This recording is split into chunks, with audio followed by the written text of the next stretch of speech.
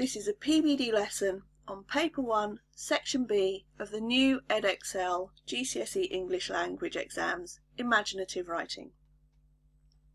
This lesson is designed as an introduction to imaginative writing. The purpose of this lesson is to help you understand the types of tasks that you will be asked to do in Section B of Paper 1 and to help you know the options that you have in terms of the forms that your response might take, and also to understand how those responses will be marked against two distinct mark schemes.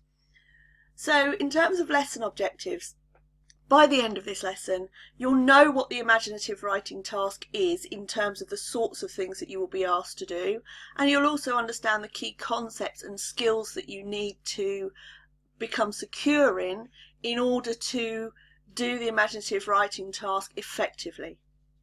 You'll understand the assessment objectives for the imaginative writing tasks on Paper 1.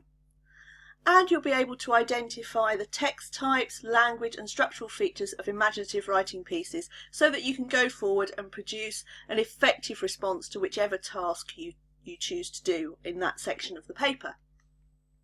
So let's begin by understanding the requirements. So let's look at the types of tasks and what your response to those tasks will be marked for. So in terms of the imaginative writing task, it's testing your ability to use language and structural devices to create an imaginative piece of writing. You might know imaginative writing as creative writing, and that's exactly what it is. Whereas the writing tasks on Paper 2 test your ability to produce functional text, so texts that are designed for a very specific purpose, so to persuade, to argue, to inform, to explain. The writing tasks in Section B of Paper 1 are seeing whether you can produce a creative piece of writing, whether you can be imaginative and use language in imaginative ways. There will always be a choice of two tasks in Section B. However, you must only produce one response. So you must choose one of the two tasks and produce an extended response to that particular task. So read them carefully and choose wisely, and then plan and produce your response. Like the transactional writing, the imaginative writing task is worth 40 marks, so it's worth a significant number of marks on Paper 1. The response that you give to the task that you've chosen to do will be marked against two separate mark schemes. One mark scheme assesses the clarity of your writing, and by that what we mean is how well you structure your piece. So do you structure your piece in a way that makes it easy for your reader to understand your meaning? Do you produce a cohesive piece of writing? It also looks at how appropriate your language is for the task, and also how appropriate your choice of form is for the task that you've chosen to write a response to. The other mark scheme, as with the transactional writing, will be assessing the technical things about your writing. So it'll be looking at your vocabulary, at your spelling, your punctuation and your grammar. Okay, so every response that you produce will be marked against these two mark schemes, and you, as well as the creative side of it, you do need to pay attention to the technical side. You need to be as accurate as you can with your spelling. You need to be as accurate as you can with your punctuation and use that to create particular effects. So if you think back to the work that we've done on different sentence structures and the effect of different punctuation marks. And you need to use your grammar and your vocabulary to make your piece of writing interesting and engaging for your reader, and to ensure that it has the desired impact on your audience. So let's look in more detail at the assessment objectives then. So the first set of assessment objectives are AO5. This is the mark scheme or the set of assessment objectives that assesses the clarity of your written work. So it looks at your ability to communicate, your ability to structure a piece of writing, and also the overall content of your piece. So what that will be testing is whether you can choose an appropriate form for your response, whether you write in sentences and paragraphs and whether they are correctly punctuated, whether you change paragraphs in the right place. The piece that you produce for this must be written in continuous prose, and continuous prose just means writing organised into paragraphs. So they will be marking that when they come to look at your response. It also looks at the way that you structure your writing. So that would include things like whether you have a linear or a non-linear structure, how the ideas link to each other, the connections between the very opening of your piece and the ending of your piece. And what they're looking for is a structure that makes your response interesting to read and ensures that your reader understands the meaning that you're trying to get across. Now, because they're looking specifically for structure, you do need to spend time planning your response to the transactional writing task in the exam. That's a very important thing that you'll hear again and again as we go through this unit on imaginative writing. AO5 is also looking at your overall use of language. Are you using language imaginatively and creatively to create particular effects? So they'll be looking for literary devices, things like use of metaphor, simile, onomatopoeia, sensory language, personification, all those kinds of things that we've seen in the 19th century prose extracts. They then expect you to be able to use in your own writing, and it's very much a sort of transference of knowledge and skills. So you learn what a well-crafted piece of imaginative writing is from the 19th century prose fiction. You then use those techniques in your own writing. However, you are not expected to write in the style of a 19th century fiction writer. That you're not being asked to create what we would call a pastiche. You're being asked to create something modern, something new, and something original. AO6 is the other assessment objective, the other mark scheme that your response is going to be marked against. This is the one that is testing your vocabulary, your spelling, your punctuation, and your grammar.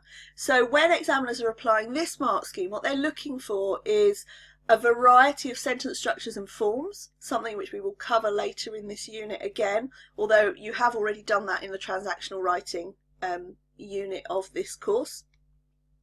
They're looking for interesting words, interesting phrases that have a real impact on your reader and that are appropriate to the task. What they don't want to see is a whole load of cliched phrases or kind of weak vocabulary. They want really strong vocabulary. This is a real opportunity to improve and enhance your vocabulary and then show it off in this particular task. They need to see that you can spell words correctly, particularly common words. Okay, we do want you to be ambitious with your vocabulary. You can get away with the odd spelling mistake here and there, particularly if it's a very sophisticated word or whatever it might be. But if you're spelling common words incorrectly, then you will be marked down very heavily. So do be careful with your spelling.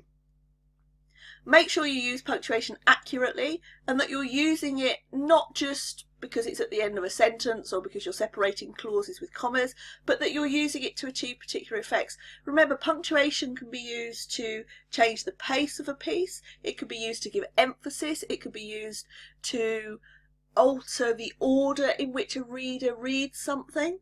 So use punctuation not just functionally but also creatively. And what they're also looking for is that you write predominantly in standard English, that is formal English.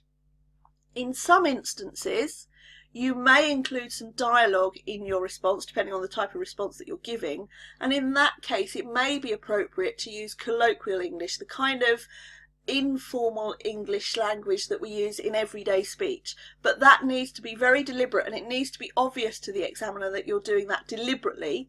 But the bulk of your writing needs to be in standard formal English. So they are the assessment objectives and they are essentially the mark schemes that your response is being marked against. Let's go on now and look at how you choose an appropriate form in which to write your response. So there are certain forms that are acceptable and certain forms that are not acceptable for the imaginative writing task. So there are 3 forms that the exam board will accept as a response to the imaginative writing. You can write a narrative, which is essentially just a story. You can write a piece of extended description, or you could write a monologue, which is basically an extended speech by an individual character, which could in fact be you, depending on the nature of the task. However, you must never write a poem or a play in response to the imaginative writing task. That is because they want you to be writing in continuous prose. They want to see that you can organise your writing into paragraphs, and you can only show that through continuous prose. If you write a poem, you are not paragraphing, you're separating your writing into stanzas or verses. If you're writing a play, you're not going to be writing in paragraphs. You're not going to be showing that you understand when to change paragraphs. So never write a poem or a play, always continuous prose. Continuous prose doesn't rhyme. If you're starting to rhyme, then you're going into the area of verse narrative, and that's incorrect. And whatever form you choose, whether it's a narrative, a description or a monologue, you are expected to write an extended piece, and as such there should be a clear basic three-part structure. So there should be a clear beginning, so a setup phase, there should be a middle where there's some action that happens, and then there should then be a clear ending, which is the response to or the consequence of the action that's taken part in the middle part of your writing. But never ever write a poem or a play. Okay, let's look at each of these acceptable forms in terms. So a narrative then, as I said, a narrative is basically a story, and in most cases a short story is going to be the most appropriate form to choose for your response to the imaginative writing. It's the one that you'll be most familiar with because it's the one that you've been looking at in all of those extracts from 19th century prose fiction. So you can use those as an inspiration in terms of the structure and the content and, if you like, the plots of those. Now, a narrative, a story has a clear plot and a structure. In terms of your response, if you choose to write a narrative, your plot must be contained within the restrictions of what you're able to write in 45 minutes. So you can't leave it hanging and suggest that there's more to come. It needs to be a complete self-contained short story. Okay. Narratives are structured around a sequence of events, and that's what we mean by a clear plot. So you have characters reacting to events or reacting to each other, and the consequences of those help to create the plot in a narrative. Narratives generally include characters. They generally include more than one character, and because they include more than one character, we often see dialogue as a common feature in stories. We've seen it in lots of the 19th century prose fiction. When you're writing your response, it's fine to have a little bit of dialogue in there, but you need to keep that to a minimum, because when you are writing in dialogue, you are not writing in paragraphs, and what the examiners are looking for is your writing to be organised in paragraphs. So use dialogue by all means, but use it sparingly. Don't do too much of it, okay? Because if you do too much of it, they're not going to be able to give you as many marks as if there was a little bit and the rest of it was all written in continuous prose and nicely organised into paragraphs. All narratives, all stories have some kind of narrator. And we've looked at different kinds of narrators as we've been doing the 19th century prose fiction. The type of narrator you choose will influence the way that your reader responds to your narrative.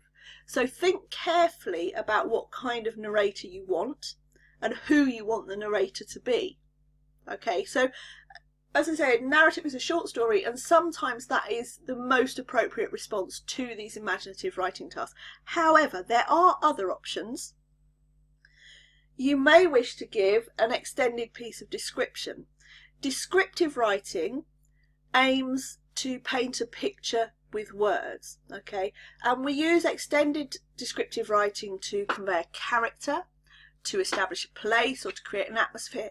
And even if you're writing a narrative, you're going to have elements of descriptive writing in there, but it might be the case that there's a task on there that leads you to write a predominantly descriptive piece rather than a narrative piece, and that's fine. If you're writing a descriptive response to the imaginative writing, you need to include lots of sensory language and lots of figurative devices. So lots of words and phrases that appeal to our five senses to help your reader bring your description to life, make it come off the page, kind of make it come alive. And also figurative devices, similes, metaphors, personification, onomatopoeia, so that it becomes almost 3D, essentially, rather than just a flat piece of writing. The third option that you have in terms of a response to the imaginative writing task is to write a monologue. Now, a monologue is simply an extended speech delivered by one character. Because it's delivered by one character, monologues provide very limited perspectives on a particular event, on an idea, on another character, whatever it might be. And a monologue can be spoken aloud, or more often when we see these kind of fictional extended monologues, they tend to be internal. It's almost like we're being allowed privileged access into the minds of the characters, and we're hearing their thought processes, we're hearing their thoughts and their feelings, and they may be thinking, or we may be hearing things that they wouldn't necessarily say aloud. So it can be a very powerful way to respond to an imaginative task. Because it's just one person, monologues will generally be written in the first person. However, if you have a character who maybe has like a split personality, they might use we, or you may have a character that refers to themselves in the third person to suggest some kind of disassociation with their own actions. So although it is just one person's view, think about the tense that think about whether you write in the first person, the third person, the second person, because that affects the type of character that you're able to convey to your readers. So there are lots of options with monologues. If you do choose to write a monologue, you don't need to enclose that monologue in speech marks. It will be clear to the examiner that it is a monologue, and the convention is that a monologue is not enclosed by speech marks. Okay, and a monologue will not therefore include any dialogue because it is just one character. Okay, so there shouldn't be any dialogue in a monologue, and there shouldn't be any speech marks around the monologue as a whole. So you have your three options. You have narrative, description and monologue. In narrative, you're going to get a bit of description in there, and in narrative you're also going to get a bit of dialogue. But if you're writing a monologue, although there'll be description in there won't be any dialogue within the monologue itself because it's one character speaking. So let's have a look at a summary then, an overview of the imaginative writing task, because the aim of this lesson was just to introduce you to what the task involved, your options for responses, and how those responses were going to be marked. So the imaginative writing comes up in section B of paper 1. Section A is the 19th century prose fiction, and then in section B you transfer what you've learned about crafting an effective piece of imaginative creative writing to produce your own. There will always be a choice of two tasks. You must only choose one because they want to see an extended, well-crafted response. So only choose one of the tasks. One task will always have images associated with it, which you may use as stimuli. You don't have to. If you don't want to use the images, you don't need to use the images, but they're there as stimuli to help you get started if you're a little bit stuck. And equally, if you wish, you can use the 19th century prose fiction as stimuli for your own reading, as a kind of a jumping off point into your own creative piece. In total, you have 45 minutes for the imaginative writing. That includes planning time and checking time at the end, because remember, you are being marked for your spelling, your punctuation, your grammar and the structure, and what they're looking for is a well-crafted piece of writing. So 45 minutes is the total amount of time, but you're not going to just be writing for that whole 45 minutes, and we'll look at how you organise your time later in this unit. In terms of your response, you have a choice of three forms. So there are narratives, stories, descriptions, extended descriptions, and monologues, so just an extended speech by one particular character. Whichever form you choose, your response will be marked against two separate mark schemes, and the response you produce must be consciously crafted. It must also be an extended, sustained piece of imaginative writing or creative writing. That is what they are looking for. So you now know what the tasks are and your options in terms of responses, and also how those responses are going to be marked, and we're ready to move on and look at exactly how you go about responding to the imaginative writing task.